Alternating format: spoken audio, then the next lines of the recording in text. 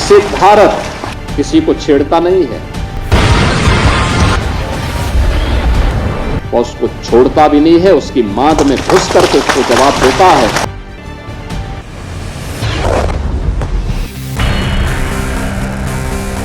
एक तरफ जहां ऑपरेशन सिंदूर के लिए पूरे देश से भारतीय सेना को प्यार मिल रहा है, देश के प्रधानमंत्री को लोग सराह रहे हैं, उनके फैसले को सलाम कर रहे हैं, तो वहीं दूसरी तरफ पाकिस्तान ने अपनी घटिया हरकत दिखाई। इस तरह से ऑपरेशन सिंदूर सक्सेसफुल हुआ, आतंकी ठिकानों पर हमला किया गया और आतंकवाद को खत्म करने का प्रयास किया गया, तो पाकिस्तान ने अब अपनी गीदड़ भपकी दिखाना शुरू कर दिया। पाकिस्तान ने अब अपनी घटिया हरकत दिखाना शुरू कर दिया, पुंज पर हमला कर दिया और सिविलियंस पर हमला कर दिया। जाहिर तौर पर जब भारत ने हमला पाकिस्तान पर किया तो पाकिस्तान के सिविलियंस उनका निशाना नहीं थे, निशाना वो थे जो आतंकवाद का ठिकाना बनाकर बैठे थे, जो आतंकवाद फैलाते थे और आतंकवादी क्षेत्रों पर ही हमला किया। लेकिन जब ये हमला हुआ तो अगले दिन पाकिस्तान के प्रधानमंत्री सदन पर चीखने चिल्लाने लगे कि हिंदुस्तान ने घटिया हरकत की है, हिंदुस्तान ने हमला कर दिया और ये हमला आतंकी ठिकानों पर था, सिविलियंस पर नहीं। लेकिन पाकिस्तान ने सिविलियंस पर हमला करके पुंज जैसे इलाकों पर गोला बारूद और हमला करने के बाद जो घटिया हरकत की, उसको लेकर अब बड़े फैसले होने शुरू हो गए।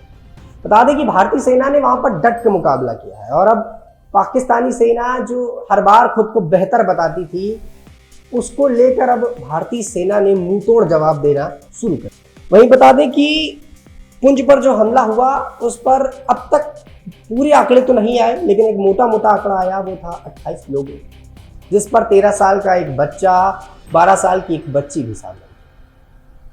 छोटे छोटे बच्चे इसका शिकार हुए। वहीं इन तमाम मुद्दों के बाद जब पुंज पर हमला हुआ तो कई देश भारत के साथ खड़े हुए, कहा कि भारत ने जो किया वो ठीक किया, भारत ने जो हमला कराया वो बिल्कुल सही था। और इस पर सबसे पहले नाम आता है इजराइल का।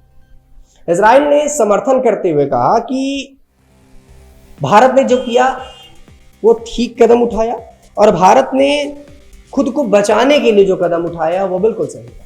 लेकिन इसके पीछे कई बड़े कारण निकल कर आते हैं, क्योंकि जो इजराइल है वो भी अपने आसपास के देशों से उसी तरह परेशान है जैसा भारत है।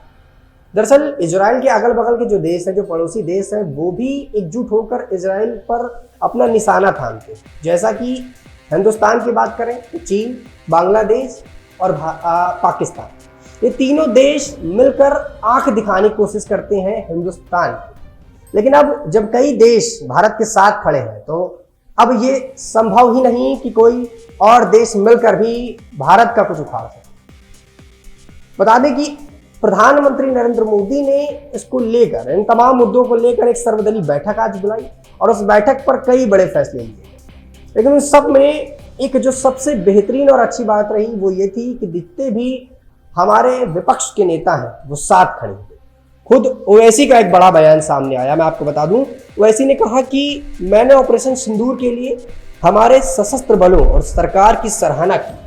मैंने ये सुझाव दिया है कि हमें द रेजिस्टेंस फ्रंट यानी कि TRF के खिलाफ एक अंतर्राष्ट्रीय अभियान चलाना चाहिए।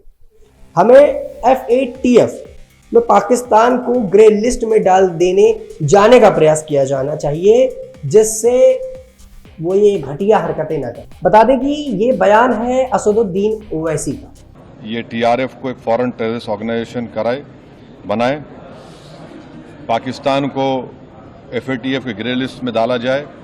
यूनाइटेड किंगडम से हमने ट्रेड डील किया है, अब क्या क्या बहुत सी चीज़ें कम हो जाएंगी, टैरिफ कम होगा, तो हम UK गवर्नमेंट से कहें कि वो भी TRF को बैन करें और UK ट्रेजरी पाकिस्तान को सैंक्शन करे।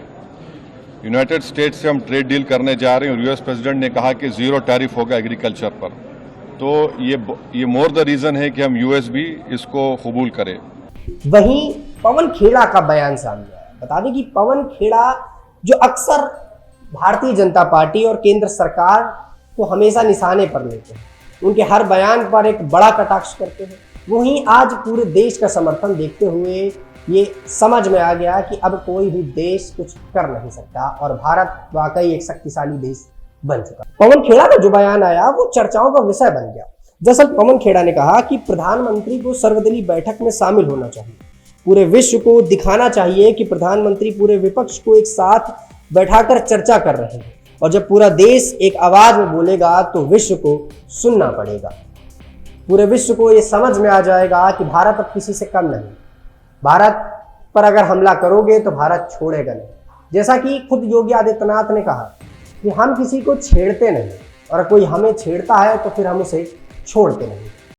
विकसित भारत कैसा है इसकी झलक कल भी आपने देखी होगी। याद करिए, विकसित भारत किसी को छेड़ता नहीं है। विकसित भारत अनावश्यक रूप से किसी के कार्यों में हस्तक्षेप नहीं करता है, और ये तो इतिहास रहा है हमारा।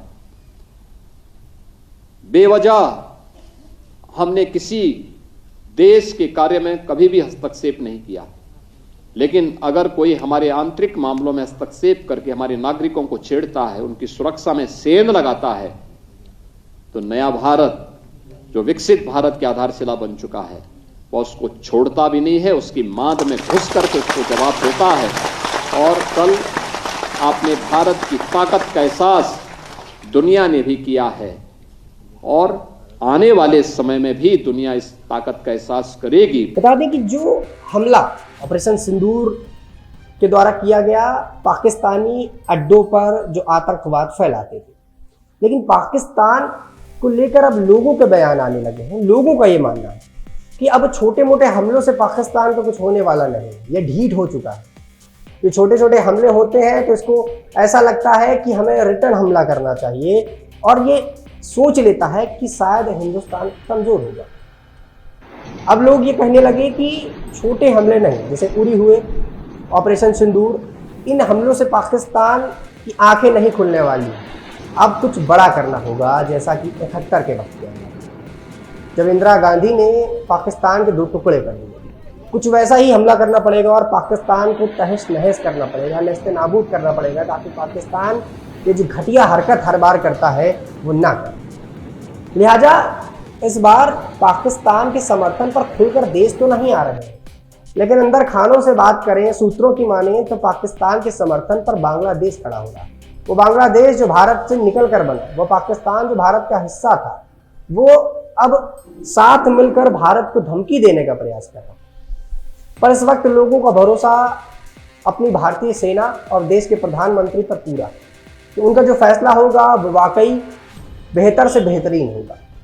अब देखते हैं कि इस सर्वदलीय बैठक के बाद क्या और बड़े फैसले बाहर आते हैं। क्या इस बैठक के बाद पाकिस्तान के खिलाफ और कई हमलों की खबर सामने आती, या फिर कोई ऐसा फैसला जिससे पाकिस्तान अब शांत बैठ जाए।